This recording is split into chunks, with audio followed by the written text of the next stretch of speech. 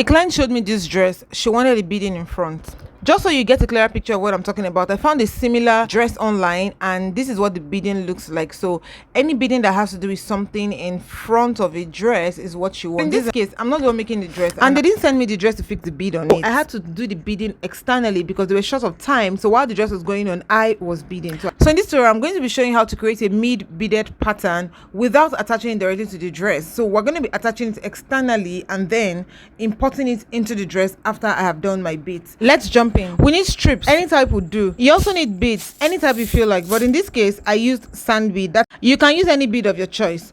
I forgot to mention needle and thread. We also need it. There's no beading without needle and thread. So right now I'm going to be measuring the strips, and I need 11 inches for this project. So what I'm going to do is, the project is actually 11 by 5 inches, so I'll just put in the thread that way, tie the knot to make it tight, and then I'll start arranging my sand beads into my needle.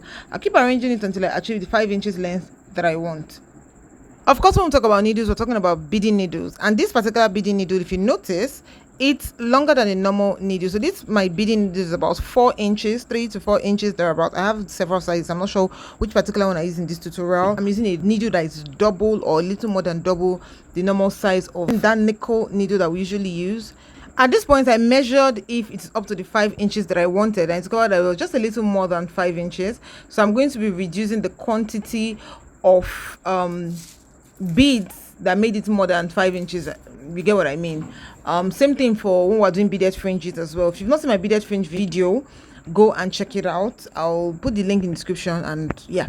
So I would attach it together right now to the end of the second strip. That's what I'm doing right now. Now there are two ways. You either attach it like that and tie it, but because I just don't feel comfortable and I didn't want the beads to maybe fall off, I decided to pass it through again. So I'm going to pass the needles through all the beads again back to the beginning, and that's what I've done right now. So this is the bead, and then at the end you tie it, and then I attach the second line. Now understand that this bead needs to be closed. There needs to be no space. So I've done the third one right there. As you can see, I'm attaching the fourth one as well. So I'm going to make this bead as close as possible. You can make yours free, it's up to you, but mine, I want it to be very close and blocked. That's how I'm going to be attaching it all through till I get to the end of this bead. That's the fifth one right there, and I'll keep going on and on and on and on. And I don't think you can wait for me or watch me do it from the beginning to the end. You'll be tired, I'll be tired. So at the end of the day, I think at this point, if I got tired and I went to my bed, it's gonna continue doing this thing because I don't have strength. So this is when I've done it halfway. Yeah, this was looking like, and it's coming out right.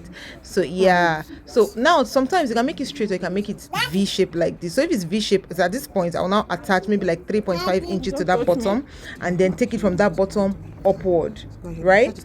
But in this case, I'm going to make it straight up 5. The client said she wants it 5 from top to bottom. So my assistant was playing with it here. I don't know what she's trying to achieve, but yeah.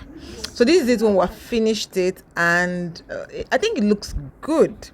Somehow I didn't even get the picture of when they used it, but I still played with it. So I'm going to still show you where I played with it and what, to give you an idea of what it will eventually look like. So this is what it looks like right here. Yeah, I played with it, and don't tell me anything you're seeing there that I'm not supposed to be saying, but yeah.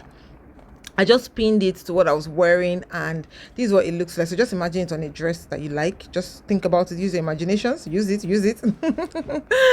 So yes, that is what it looks like. That's the end of this project. So to also show you what it looks like on the other dress, I'm going to show you the other dress again. So just use your brain to imagine the two.